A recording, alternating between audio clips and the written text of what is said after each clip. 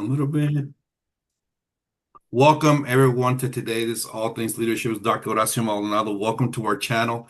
I'm excited to have today my good friend Doug Dickerson. He is a co-owner of the Success Center. He's a Maxwell certified speaker, trainer, and coach. He's an author, columnist, and extraordinaire. Doug, welcome to our channel.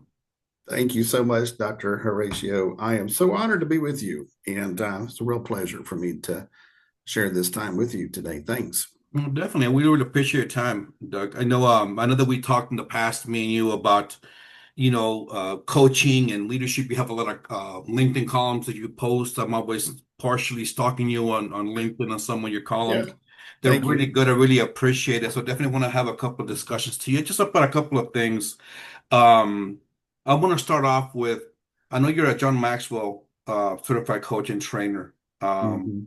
So what inspired you to be a John Maxwell certification trainer and a leader? And how has that changed your approach in being a coach and a leader within your space?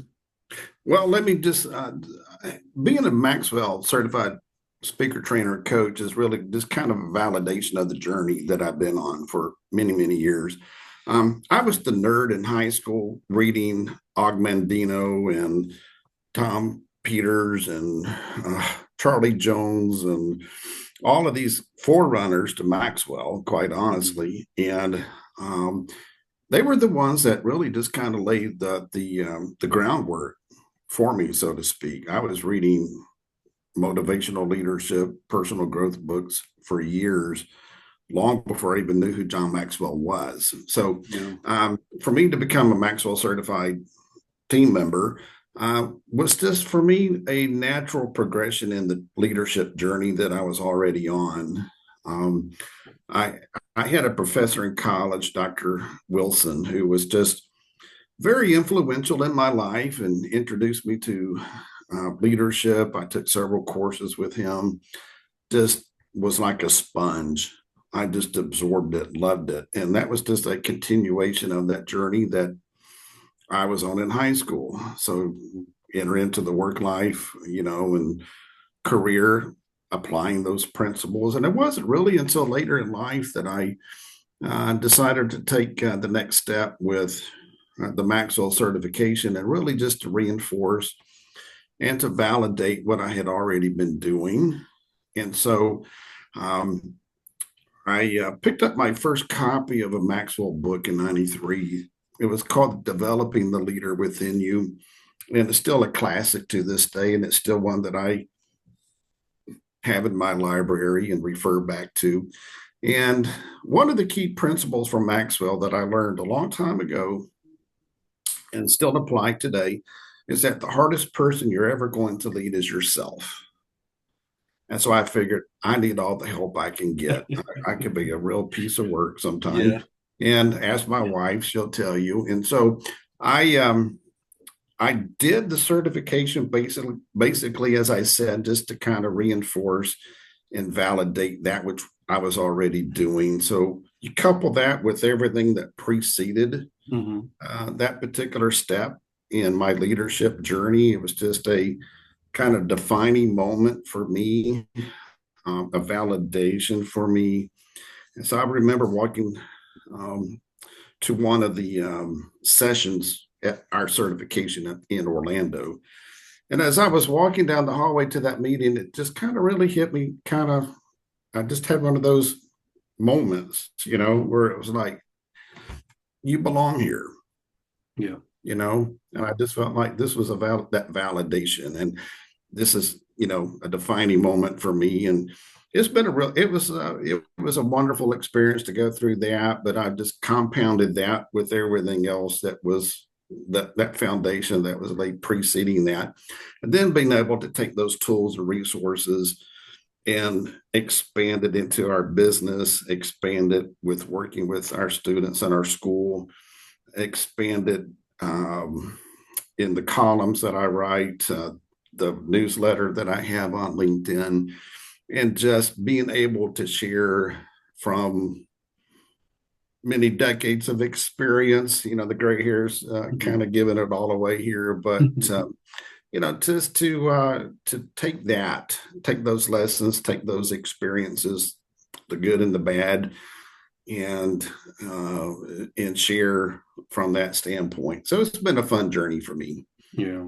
I Yeah, like your I like your statement that the hardest person to lead is going to be ourselves, and it's so true. yeah, I we you know I do a lot of coaching, a lot of one-on-ones trainings yeah, with, and most of the times they like look at me like, so what do you think? And I'm thinking, well, it's not about me really. yeah. No. It's about Mhm. like it's interesting because I took a deeper dive into and I appreciate saying that the validation that the sense of belonging. Um, I really try to instill this fact that I'm not here to solve the problem with you. I kind of want to Mhm. just open up your horizons to think maybe outside the box on Yeah. how to lead people because Sure. I have to be very almost brutally honest. And I tell them, Mhm. you're, I can only tell you so much, but you have to Mhm. incorporate it into your leadership approach and your leadership style and how you do that. They're like, I was trained this gentleman and he called me like 2 weeks later, goes, oh man, I'm gonna fire everybody. I'm going, what do you think? I am nowhere near that, man.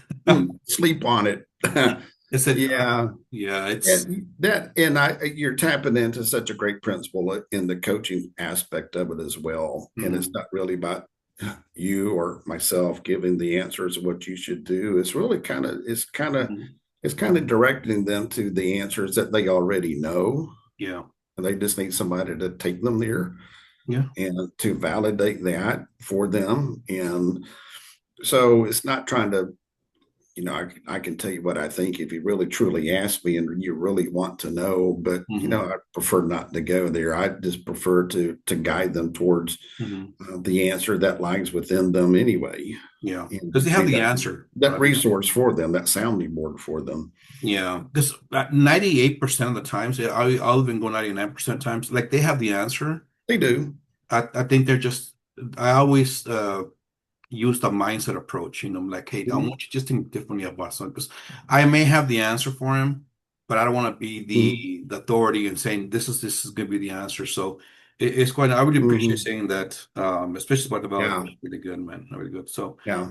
um, I know you're an author and columnist. So how do you integrate storytelling into your coaching and your training sessions with the Success Center? I know we talked about Well, storytelling. okay. Well, I've always, I have always loved stories.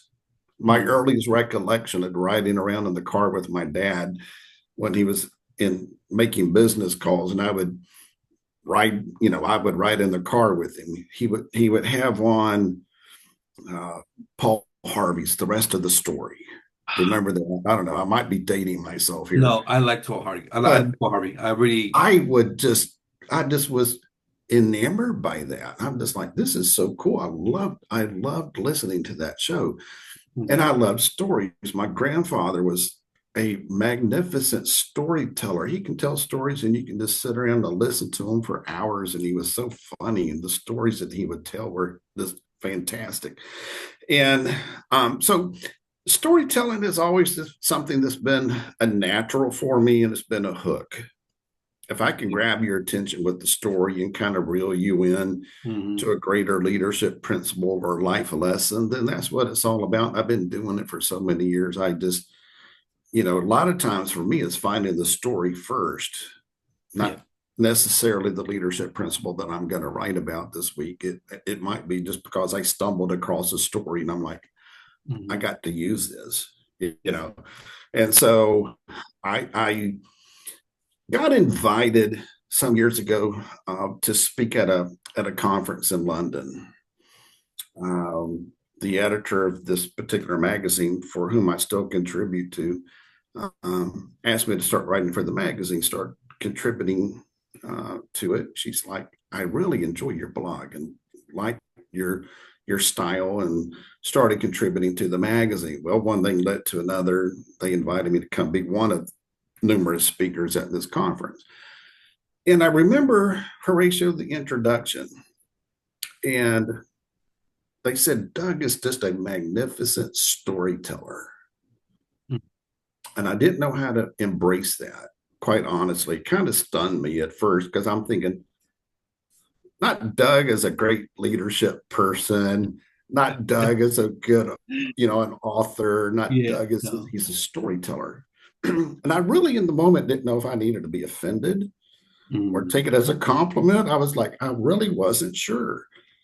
And I did my talk, did my thing, but it was kind of back in that moment. This was probably about 15 years ago that I just really embraced that side of my leadership. It was just kind of like, yeah, I am a storyteller because I what are storytellers? They're just communicators, right? And so mm, if I can get your attention and bring you in or communicate a leadership lesson to you through storytelling, what better way for me to do it? And I've been doing it for years. And it's just, this was before all the books started coming out, right? On mm, storytelling and mm, creating your brand with storytelling, all this. I'm like, I've been doing that for a long time now. So, but for me, it's just fun. I like a good story.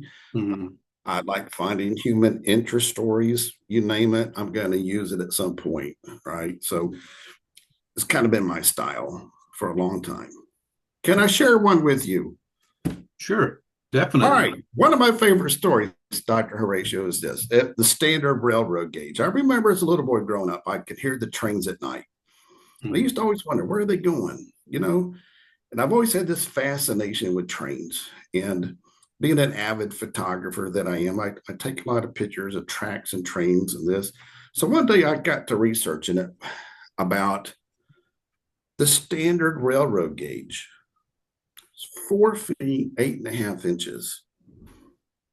You travel different parts of the world, like I'm sure you have. I've been to other countries and the roads are different. You go to England, they drive on the wrong side of the road.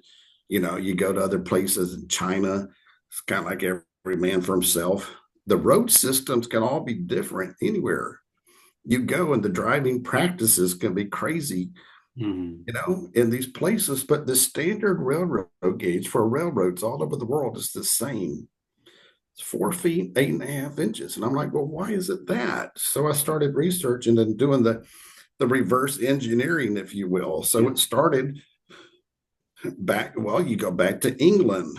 That's the way they were doing it. Well, why were they doing it at 4 feet, 8.5 inches? Well, it dates back to the tramways and making sure the chariots can fit across the aqueducts. And where did all that originate from? Well, that originated back with the Romans. So you just keep going back in the Mm, process. And it came down to where they had to, for the war chariots back in Roman times, the war horses, they had to be able to fit the horse's butt on the rails, mm. 4 feet, 8.5 inches. So you're like, standard railroad gauge in America came about because of two horses' butts, you know.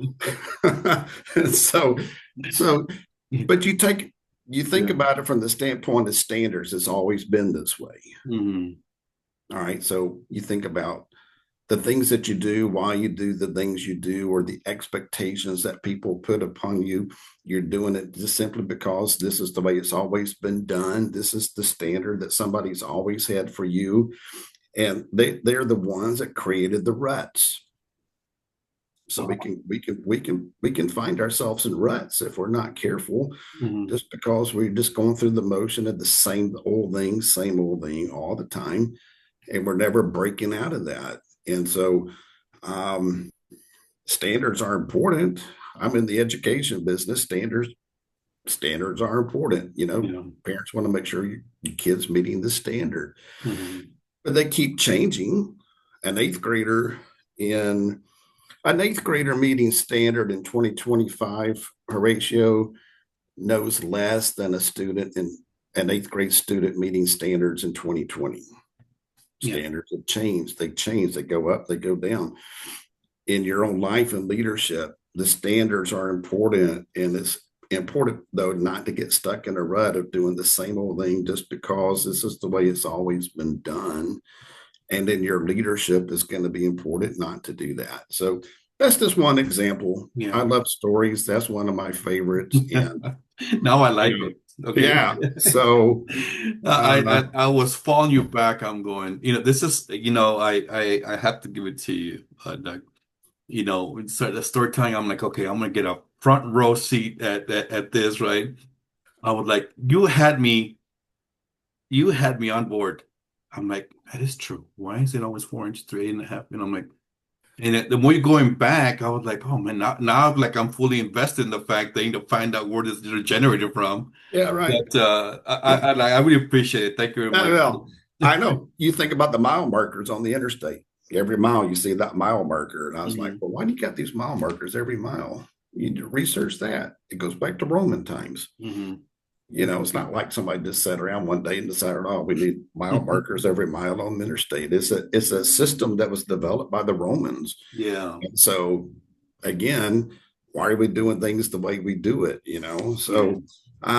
But It's I an don't want to be in my leadership, and I'm sure you don't either. And you coach people the same way. It's like I don't want to be in the same place in my leadership and my personal growth and leadership and where I'm at professionally. I don't want to look back and say, "Oh, I haven't come very far." I'm still the same. It's the same old. And I mhm. got to challenge myself personally and professionally Yeah. to be a better leader tomorrow than I was today. Exactly. And so I don't want to be stuck in ruts that are holding me back. And so Yeah. that's kind of how I use stories Yeah. to communicate a deeper, greater leadership lesson or life lesson that's going to help Mhm. somebody read. It's simple. It's nothing complicated about it. Yeah. I'm right then, so it's not going to be too difficult. So that's kind of the style that I've adopted over the years, and it's one that's worked for a long time. Yeah, definitely. I like how the get stuck in a rut Yeah, perspective. It's like we do that all the time. With me, I'm all about adapting to new stuff, what's happening within my in the leadership space, and I want to be sure that, hey, what are we doing? yeah, I can't be stuck to what I was doing in the past because leadership evolved throughout the years, new things. Now AI is all over the place, so yeah. it's So such an interesting thing. it is. Now. And I just read the other week, Dr. Horatio, 50% talking about AI, 50% of articles that you now read online are AI generated. Mhm. So you think about, okay, what does that mean? What does that mean from a leadership perspective? What does that mean from an ethical standpoint? Who's writing the ethics on this? Um, Yeah. is it a tool or is it a substitute for rigor and learning and discipline? So Mhm. that's another whole conversation, but it is something Yeah. to think about because we're in that age, and it's something that we have to think about and figure it out as we go along, I suppose. Yeah, no, definitely. Even and I want to go back a tad bit to to what standard. Um, you know, I heard something recently, not too long ago. I did an article about standards where leadership is going in a certain way based on the standards that it was in the past. And I really read the article, and they're like, well, we need to focus on the standard where leadership was all about the people, and so and so Mm-hmm. and so. And then I was like, and maybe it's my research because I got my doctorate. Now I want to research every single thing, right? Mm-hmm. And I'm like, why can't we adapt to the current times and then adopt what we had in the past Mm-hmm. and just bring it on board and just kind of, just change it to be more realistic, right? I spoke with not too long ago with a couple of coaches, and they're like, "No, my standards are the same, man. I don't change for nothing and for no one." And I'm like, I will respect the who they are. We compared notes, we compared programs, and they're like, "Horacio, you're Mm-hmm. like 2027, and I'm like, that's because that's where we're headed. Sure. I was teaching leadership back in 2017. Mm-hmm. Um, I got the same principles, but my standards have changed, Sure. you know. And I think it's like the other way around, so and stuff like that. So it's quite interesting. But let me ask you this. Doug, what has been one of the most rewarding challenges or the milestones in your journey as a co-owner, and how did your experience as a speaker and coach contribute to overcoming them? Yeah, for me, one of the big highlights of my day starts at about 7:30 in the morning when our students start arriving at school. I'm outside greeting every one of them. I'm having interaction with every student, every child, Hmm. talking to parents, saying hello, this and that. And it's just a personal touch. Now, I might have an interaction with that student later in the day. Chances are I may not, Yeah. but I might pop in a room, sit down with the kindergartners and watch number of blocks like I did today, just to have some interaction with them. But for me, Horatio, it's all about the people. It's all about the interaction, communicating leadership principles. I teach a leadership class to middle school students every day. And so I've taken them through the 7 habits of highly effective teens right There now. you go. Perfect. And, because I feel like you can't start too young to Mhm. prepare people for that leadership journey. One of the very rewarding things for me is when I see parents bringing their kids to school in the morning, and these are parents of kids. These parents are former students. Oh, wow. They're bringing their kids, Full and circle. that's so rewarding. Hmm. And they're here and it's, hey, Mr. D, how you doing? And I'm like, great, and I'm greeting them at the door with their kid, Yeah. and I'm seeing this progression take place. So, but then it's not just that part of it. It's like, with our employees, our teachers, our staff here, just incorporating those leadership principles. I spend very little time during the day in my office. I figure I need to be out, enjoy being out among our people, our staff, our students. Hmm. I'm not squirreled away somewhere. That's just me. That's my style. That's my Yeah. personality. Um, and so I want to be approachable. I want to be in a place where any student can see me or talk to me, or any staff that needs to, or if I just need to walk in there and give them 10-minute break, I'm going to sit in there and get on the floor and read to the first grade. So it's just things like that Hmm. um, have served me well over the years in education, and applying those things where, what can I do to serve you? What am I doing on a daily basis to make the life of someone else better? How am I adding value to them in a tangible way that, makes them say, hey, I'm glad to be here. Yeah. I'm glad to be working at the Success Center. I got a text before we started our conversation today from one of my former students who just completed his thesis for his master's, and thanking me Hmm. for uh, the firmness from which I helped him get through middle school. Yeah.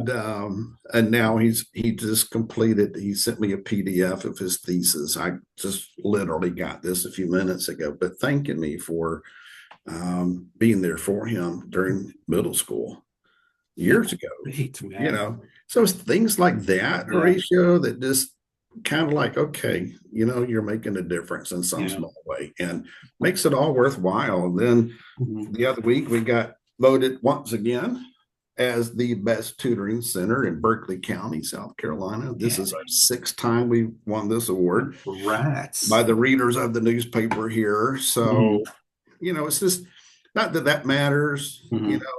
I mean, that's nice, but end of the day is, how did I help make a difference in your life? How did I make your day better? How did I help a parent today, or talking with the parent in my office who's crying, and they're crying out of, they got a kid in middle school, what do you say? Yeah. You know, lock them up in a barrel for 3, 4 years and let them out and they'll Yeah. be fine. You know, I like how you said it's perfect. that's a Mark Twain something, I think. Like, put them Yeah. in the barrel for a few years, let them out. So just day in, day out, it's just the day. It's just simple things. It's nothing. Nothing. It's not rocket science for me. It's, how can I Mhm. help make your day better? How can I make your um, how can I add value to you today to be a better person, be a better student, be a better employee? And that's my objective. That's all I think about That's every great. day. Yeah. And I That appreciate you makes me saying that, better. Doug, because Yeah. I really the adding value is such an important thing that it's almost like a personalized thing, like I want to make sure that I'm doing the best that I can, I want to be better than the day before, adding Mhm. value, all Yeah. that. And it's such a great approach. I really like that. And congrats on the award. Hey, good Thanks. work. Well, The we humbly accept it, but it's not just about that. yeah. Yeah. Yeah. Yeah, Yeah. no, but it's good. I really appreciate that, and um, I want to thank you for being my guest today, Doug. I really appreciate it. I love the story, and now you got me going on that. I really appreciate your time today, taking I time am so to honored. chat Thank with me. you. It's been my pleasure, delight for me to share this time with you today. No, I appreciate it, Doug. Thank you very much. I really appreciate it, sir. Absolutely. Follow Mr. Doug Dickerson on LinkedIn. Look at his stuff. You will be just inspired by what he writes. Any questions? Can you more about the context? Subscribe to our channel. Anything you want me to talk about, by all means, let us know. Doug, thank you, sir. You have a good one. Thank you so much.